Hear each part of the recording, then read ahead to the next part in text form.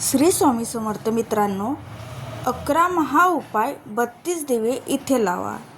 उद्याचा दिवस अजिबात चुकू नका, कारण अधिक मासातले पवित्र कमला एकादशी आणि गुरुवार यांचा दुर्मिळ शुभ संयोग आला आहे. धार्मिक मान्यतेनुसार या दिवशी भगवान श्री विष्णू माता, महालक्ष्मी आणि श्री स्वामी समर्थ महाराज यांच्या भक्तिभावाने सेवा केल्यास विशेष पुण्य प्राप्त होते असं सांगितलं जातं. आज फक्त उपवास करून थांबू नका. अधिक मासातली कमला एकादशी ही अत्यंत पवित्र, पुण्यदायी आणि भगवान श्री विष्णू तसेच माता श्री महालक्ष्मी विशेष कृपा मिळवून देणारी एकादशी मानली जाते. असे म्हटले जाते की वर्षभरात अनेक एकादशी येतात, पण अधिक मासात येणारी कमला एकादशी विशेष फलदायी असते. या दिवशी श्रद्धाने केलेली पूजा, जप, दान, दीपदान आणि नामस्मरण यामुळे भगवान श्री विष्णू आणि माता महालक्ष्मी प्रसन्न होतात. अशा धार्मिक मान्यता आहे की 11 जून रोजी अधिक मासातली अत्यंत पवित्र अशी कमला एकादशी आली आहे. शास्त्रानुसार वर्षातली सर्व एकादशीमध्ये कमला एकादशीला विशेष महत्त्व दिले जाते. या दिवशी भगवान श्री विष्णू आणि माता महालक्ष्मी शक्तिभावाने पूजा केल्यास जीवनातली अनेक अडचणी दूर होतात असे मानले जाते.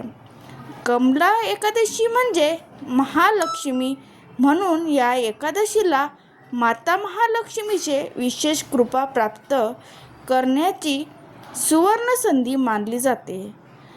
ज्याच्या घरात आर्थिक अडचणी आहेत, पैसा टिकत नाही, कर्ज वाढलेलं आहे, व्यवसायात नुकसान होत आहे, नोकरीत यश मिळत नाही किंवा घरात सतत काही ना काही अडचणी येत असतील, तर त्यांनी या दिवशी भक्तिभावाने भगवान श्री विष्णू आणि माता महालक्ष्मीची सेवा करावी.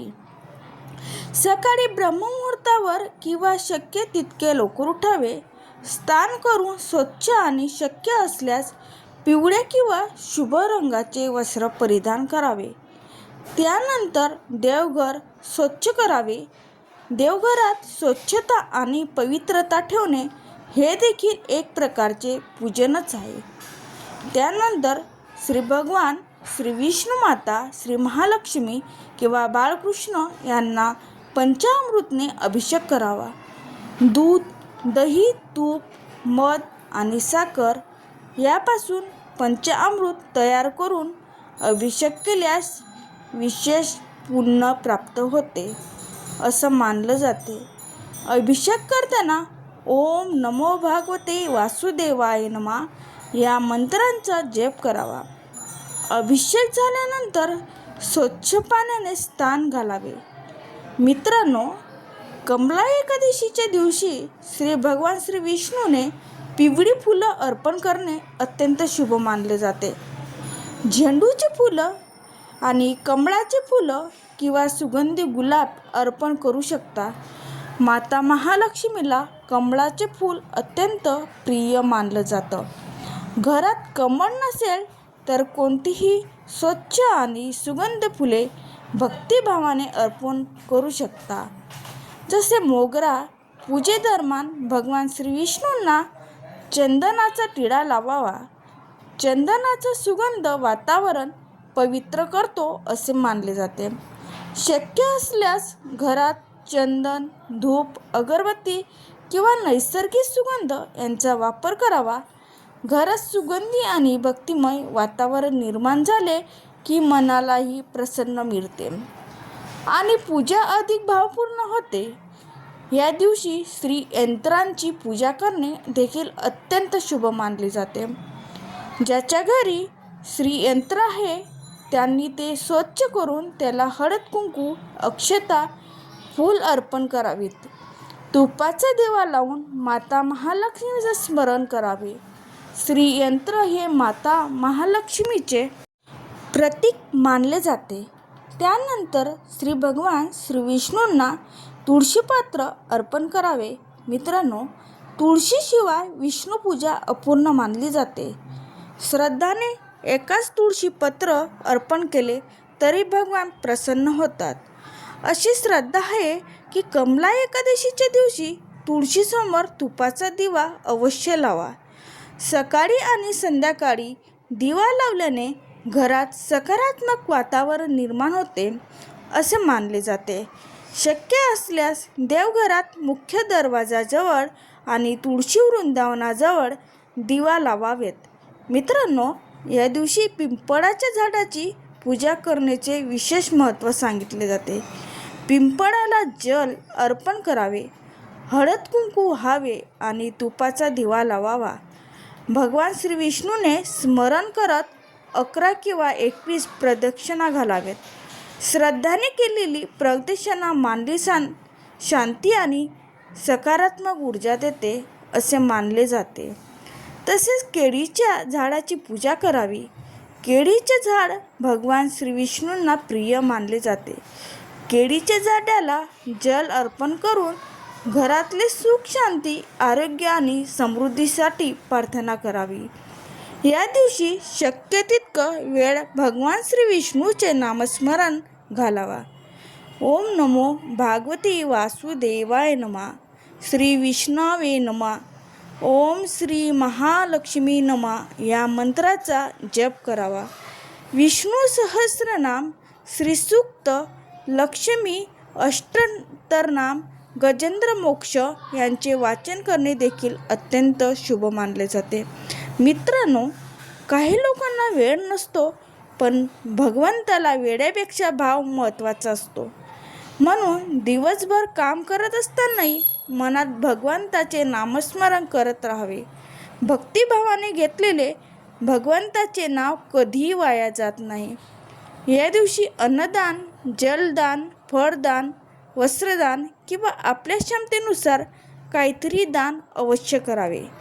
दानामुळे मनातली अहंकार कमी होतो आणि पुण्य प्राप्त होते असं धर्म ग्रंथात सांगितलेलं आहे. ज्याच्या घरात पैशाची अडचण आहे, कर्जाचा भार वाढला आहे किंवा व्यवसायात अडथळे येत आहे, त्यांनी माता महालक्ष्मीसमोर तुपाचा दिवा लावून मनापासून प्रार्थना करावी. मंत्र फक्त उपाय करून चालत नाही, त्यासोबत प्रामाणिक कष्ट, योग्य प्रयत्न, मेहनत आणि चांगली कर्म करणे देखील आवश्यक आहे. भगवान नेहमी कष्ट करण्यावर कृपा करतात. संध्याकाळी सूर्यास्तानंतर पुन्हा एकदा दिव्या लावावेत. भगवान श्री विष्णू आणि माता महालक्ष्मीची आरती करावी. संपूर्ण कुटुंबाने मिळून नामस्मरण करावे. घरात भक्ती, प्रेम आणि आनंदाचे वातावरण निर्माण करावे.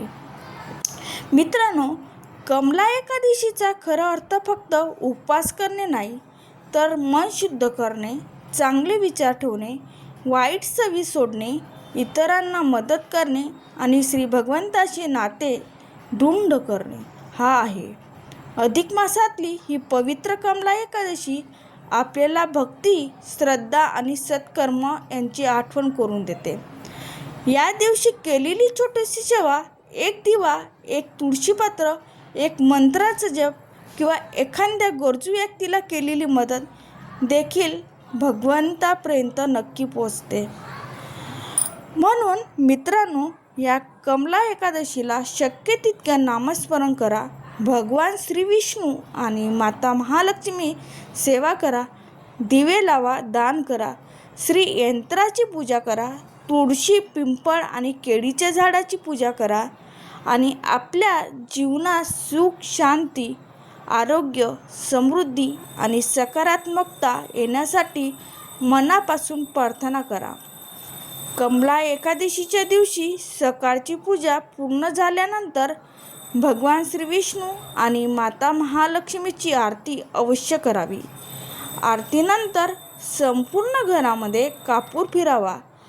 कापुराचा सुगंध आणि त्याचा पवित्र धूर घरातले वातावरणात शुद्ध करतो अशी श्रद्धा आहे. देवघर मुख्य दरवाजा, स्वयंपाकघर आणि घरातल्या प्रत्येक खोलीत कापूर फिरून भगवंताचे नामस्मरण करावे.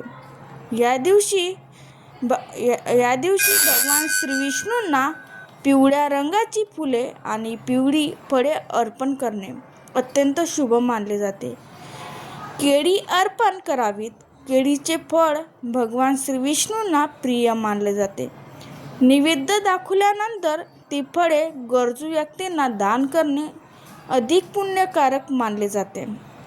एक महत्त्वाची गोष्ट लक्षात ठेवा की एकादशीच्या दिवशी दानासाठी ठेवलेली केळी किंवा इतर फळे स्वतः खाऊ नयेत. शक्य असल्यास ती गरजू गरीब, वृद्ध किंवा मंदिरात दान करावीत. दानामध्येच या दिवसाचे खरे पुण्य दडलेले आहे. मित्रांनो, एकादशीच्या दिवशी वापरण्यासाठी तुळशीपत्र आदल्या दिवशीच तोडून ठेवावेत. एकादशीच्या दिवशी तुळशीचे पानं तोडू नये अशी धार्मिक मान्यता आहे. त्यामुळे पूजेसाठी लागणारे तुळशी आधीच तयार ठेवावी. या दिवशी घर विशेष स्वच्छ ठेवावे. घरातले प्रत्येक कोपरा स्वच्छ असावा. मुख्य दरवाजाचा उंबरठा स्वच्छ धुवून त्यावर हळदीचं लेपन करावे. हळद ही मंगल आणि शुभतेचा प्रतीक मानली जाते. उंबरठ्यावर हळद लावल्याने सकारात्मकतेची स्वागत होते अशी श्रद्धा आहे. घर पुसताना पाण्यामध्ये थोडे चंदन टाकावे. चंदनाचा सुगंध संपूर्ण घरात प्रसन्न निर्माण करते. शक्य असल्यास स्वतःच्या कपड्यावर देखील चंदनाचा टिळा लावावा. चंदन मानले शांती देणारे आणि सात्विकता वाढवणारे मानले जाते. कमला एकादशीच्या दिवशी विशेष दीपदान करणे देखील अत्यंत शुभ मानले जाते. असे शक्य असल्यास 32 दिवे लावावेत. देवघरात तुळशी वृंदावनाजवळ, मुख्य दरवाजाजवळ आणि घरातल्या पवित्र ठिकाणी हे दिवे लावू शकता. प्रत्येक दिवेसोबत भगवान श्री विष्णू आणि माता महालक्ष्मीचे नामस्मरण करावे. संध्याकाळी 32 दिव्याचा प्रकाश घरभर पसरला की भक्तीची, आनंदी, मंगलतेचे वातावरण निर्माण होते. त्यानंतर भगवान श्री विष्णू आणि माता महालक्ष्मीची आरती करावी. मनापासून प्रार्थना करावी की आमच्या घरात सुख, शांती, आरोग्य, समृद्धी आणि सदैव लक्ष्मीचा वास राहो. मित्रांनो, लक्षात ठेवा, केवळ पूजा करूनच सर्व काही होत नाही. त्यासोबत प्रामाणिक कष्ट, चांगले विचार, सत्कर्म, दया, सेवा आणि इतरांना मदत करण्याची भावना देखील आवश्यक आहे. भक्ती आणि कर्म यांचे सुंदर संगम झाले की भगवंताची कृपा अधिक प्राप्त होते अशी संतांनी सांगितले आहे. आजची कमला एकादशी आणि गुरुवार यांचा अतिशय शुभ योग आहे. या पवित्र दिवशी भगवान श्री विष्णू, माता महालक्ष्मी आणि श्री स्वामी समर्थ महाराज यांचे स्मरण अवश्य करावे. भगवान श्री विष्णू पूजा, माता महालक्ष्मीची सेवा, दीपदान, दानधर्म, नामस्मरण यासोबतच श्री स्वामी समर्थाचा जप देखील करावा. श्री स्वामी समर्थांचा जप देखील करावा. श्री स्वामी समर्थ हा मंत्र श्रद्धाने जपावा.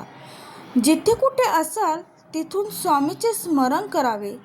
स्वामींना भक्तांचा भाव सर्वात प्रिय असतो. आजच्या दिवशी घरात भक्तिमय वातावरण ठेवावे. भगवान श्री विष्णूंना पिवळी फुले, केळी आणि तुळशी पत्र अर्पण करावे. माता महालक्ष्मीसमोर दिवा लावावा. संध्याकाळी आरती करून घरभर कापूर फिरावा. शक्य असल्यास 32 दिवे लावून दीपदान करावे. गरजूंना अन्न, फळे आणि किंवा आपल्या क्षमतेनुसार दान करावे. लक्षात ठेवा, पूजा आणि उपाय यांच्यासोबत प्रामाणिक कष्ट, चांगले विचार, सत्कर्म आणि इतरांना मदत करण्याची भावना देखील आवश्यक आहे. भक्ती आणि कर्म यांचा सुंदर संगम झाला की भगवंताची कृपा अधिक प्राप्त होते. या कमला एकादशीच्या पवित्र दिवशी भगवान श्री विष्णू, माता महालक्ष्मी आणि श्री स्वामी समर्थ महाराज यांच्या चरणी एकच प्रार्थना करूया. आमच्या घरात सुख, शांती, समाधान, आरोग्य, समृद्धी आणि सदैव लक्ष्मीचा वास राहू दे. सर्व संकट दूर होऊ दे आणि प्रत्येकाच्या जीवनात आनंद, यश आणि भरभराट येऊ दे. अनंत कोटी ब्रह्मांड नायक राजधीरज योगीराज परब्रह्म श्री सच्चिदानंद सद्गुरु श्री स्वामी समर्थ महाराज की जय. ओम नमो भगवते वासुदेवाय नमः. ओम श्री महालक्ष्मी कमला एकादशी. श्री स्वामी समर्थ.